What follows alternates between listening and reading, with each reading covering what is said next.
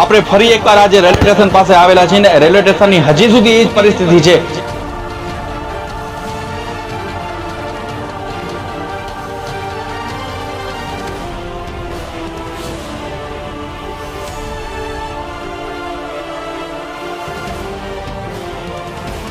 ગટરના પાણી ને ખાડાઓની પરિસ્થિતિ છે.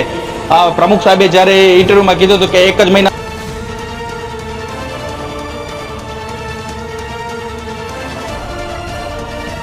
કામગીરી પૂરી થઈ જશે.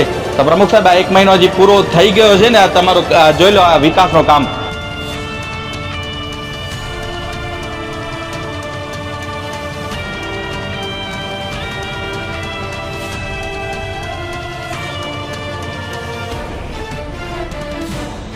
જ્યારે પ્રવાસીઓ કચ્છ જોવા માટે આવતા હોય છે ત્યારે એવી છબી લઈને જતા હોય છે કે કચ્છ નહીં દેખા તો કુછ નહીં દેખા, પણ રેલવે સ્ટેશન કને ગટર નહીં દેખા તો કુછ નહીં દેખા એવો છે.